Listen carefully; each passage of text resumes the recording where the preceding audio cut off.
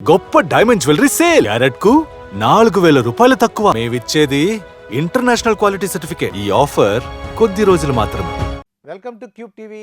నా పేరు దుర్గా ప్రసాద్ మాస్టర్.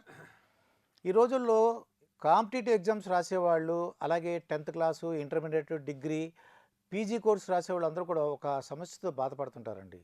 అదే కాన్సన్ట్రేషన్ ఉండదు, ఫోకస్ ఉండదు.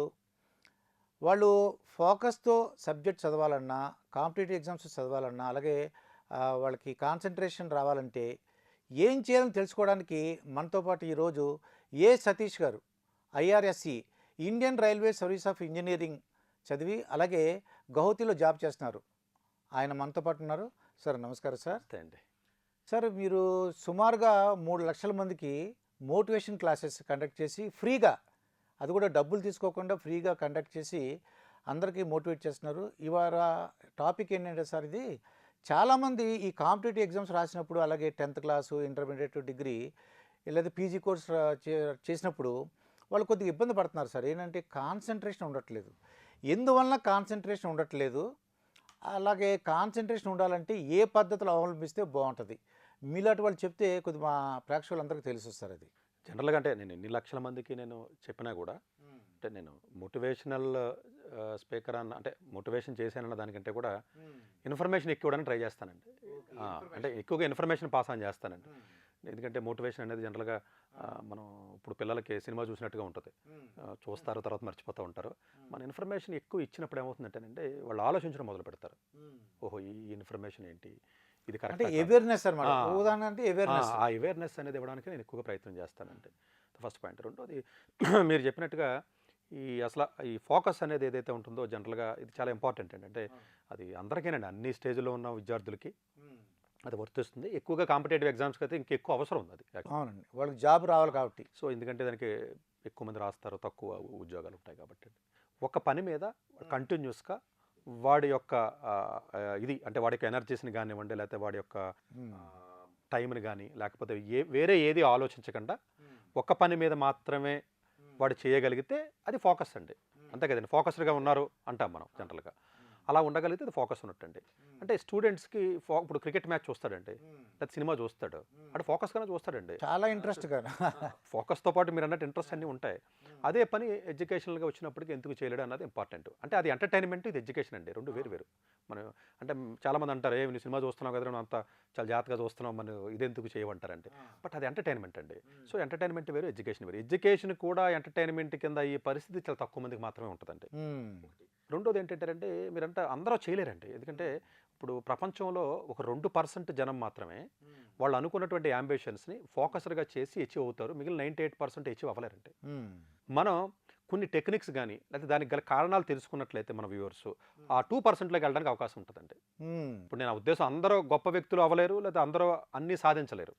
కాకపోతే ఆ కరెక్ట్ టైంలో కానీ కరెక్ట్ ఇన్ఫర్మేషన్ అవేర్నెస్ ఇవ్వగలిగితే మనం జనరల్గా డెఫినెట్గా వాళ్ళందరూ కూడా ఆ అచీవ్ చేసి 2%లోకి వెళ్ళే అవకాశాలు ఉంటాయి. దాని గురించి మనం మాట్లాడదామండి.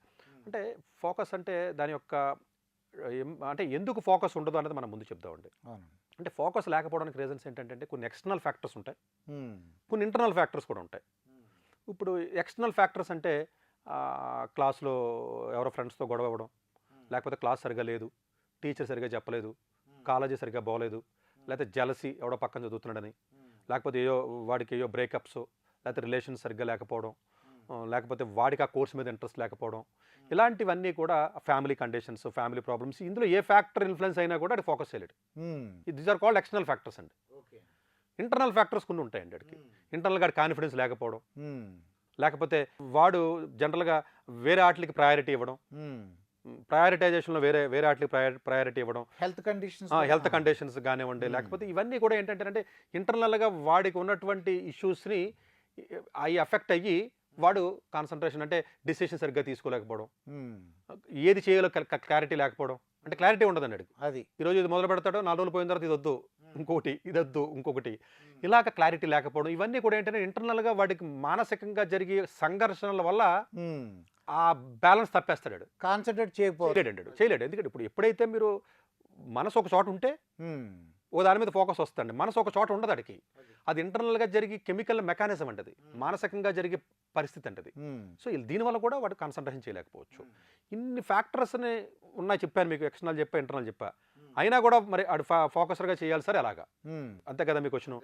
అంటే ఏంటంటేనంటే ప్రతి మనిషికి కూడానంటే మనకి చాలా యాక్టివిటీస్ ఉంటాయి. ఇప్పుడు మీరు వచ్చారు ఇక్కడ కూర్చున్నాం, మనం ఇంటర్వ్యూ చేస్తున్నాం, మనం ఇంటికి వెళ్తే ఇంకొక పని ఉంటుంది, లేకపోతే ఎవరినో ఫ్రెండ్ని కలవాలి, లేకపోతే ఒక సినిమాకి వెళ్ళాలి, ఇలా రకరకాల లేకపోతే పిల్లల ఇష్యూస్ ఏమైనా ఉంటాయి అవి చూడాలి, ఇంటికి వెళ్తే భార్యకి సంబంధించిన ఇష్యూస్ ఉంటాయి, లేకపోతే ఫైనాన్షియల్ ఇష్యూ, ఇలాగ ఒక మనిషి అన్ని చాలా రకాల ఆస్పెక్ట్స్ మీద ఎనర్జీస్ పెడతాం మనం. కొంతేమో ఫైనాన్షియల్గా మనీ ఎలా సంపాదించాలి, కొంత ఫ్యామిలీకి సంబంధించి, కొంత హెల్త్కి, అలా చాలా ఉంటాయండి పెద్దవాళ్ళకి, ఇప్పుడు మన వయసు వాళ్ళకి. స్టూడెంట్స్కి అలా ఉండకూడదండి. ఎప్పుడైతే వాడుకున్న ఎనర్జీస్ని ఒక 10 రకాల వాటి మీద పెట్టాడో దేని మీద అడిగి రాదండి ఫోకస్, కాన్సన్ట్రేషన్ ఉండదండి అడిగి. రెండోది ఏంటంటే ప్రయారిటీ పెట్టేటప్పుడు ఏదైతే ఫస్ట్ ప్రయారిటీలో ఉంటుందో ఫస్ట్ ప్రయారిటీలో ఉన్నది మాత్రమే మనిషి సాధించగలడు. రెండో ప్రయారిటీలో మీరు పెట్టారనుకోండి, ఇప్పుడు నేనున్నాను, ఫస్ట్ ప్రయారిటీ నాకు నేను ఇది చెయ్యాలి అని రెండో ప్రయారిటీలో పెట్టాను అనుకోండి, ఏదైనా నేను 1 కోటి రూపాయలు సంపాదించుకోవాలి అని అన్నాను అనుకోండి, రెండో ప్రయారిటీ, అది ఎప్పటికీ సంపాదించాను నేను. ఆ 2 నుంచి 1కి రాదు అది, ఫస్ట్ సాధించినా కూడా. ఎందుకు చెప్పమంటారా, ఈ సాధించే ప్రయత్నంలో ఇంకొకటి వచ్చి ఆక్యుపై చేస్తుంది ఫస్ట్లోకి.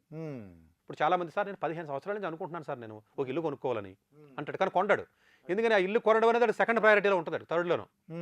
ఫస్ట్ ప్రయారిటీ పాపం మా అబ్బాయిని చదివించాలి అనుకుంటాడు, వాళ్ళ అబ్బాయిని చదివించి ప్రయత్నంలో ఇంకొకటి వస్తుంది, అది ఈ 2లో ఉన్నది 2లో ఉండిపోతుంది.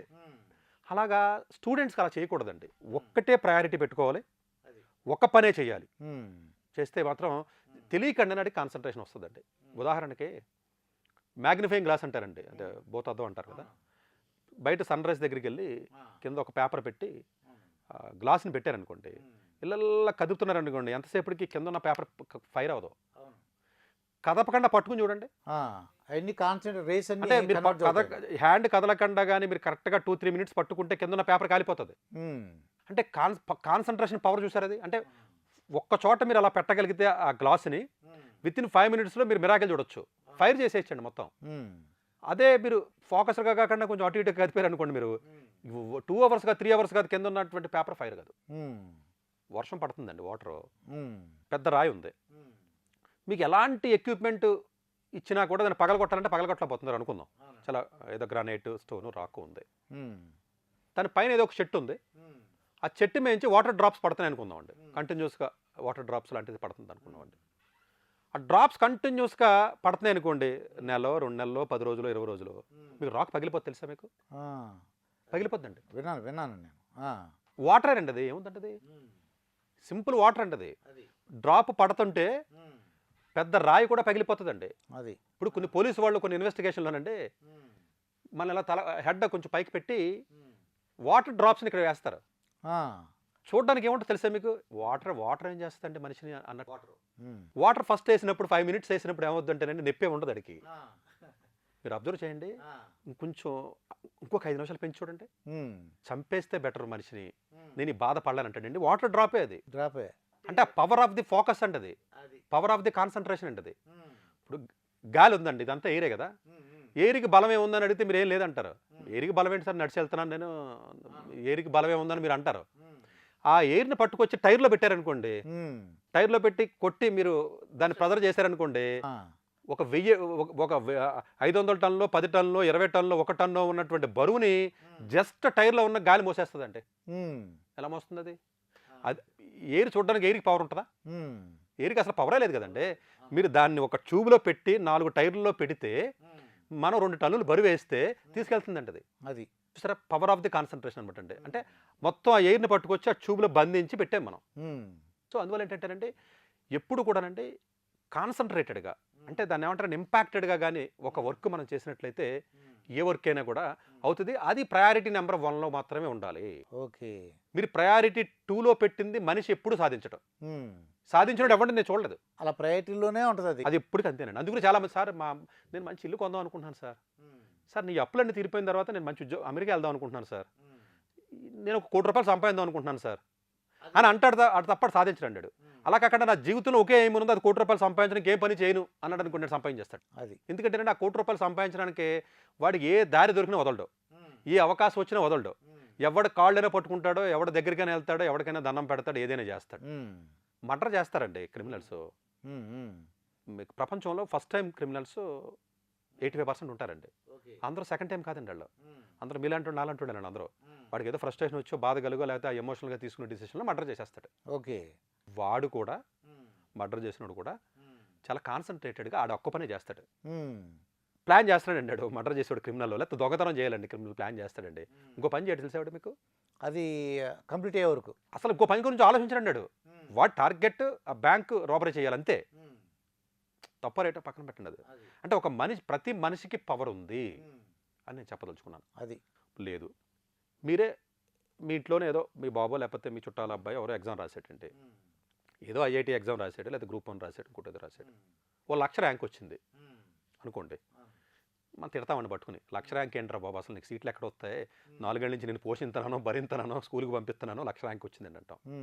అదే విద్యార్థి రియలైజ్ కానీ అయితే దాన్ని ఫస్ట్ ప్రయారిటీలో కానీ పెడితే 1 సంవత్సరం గ్యాప్ తీసుకున్న తర్వాత టాప్ 100లో ర్యాంకులు వచ్చినప్పుడు చాలామంది నేను హైదరాబాద్లో చూపిస్తాను మీకు.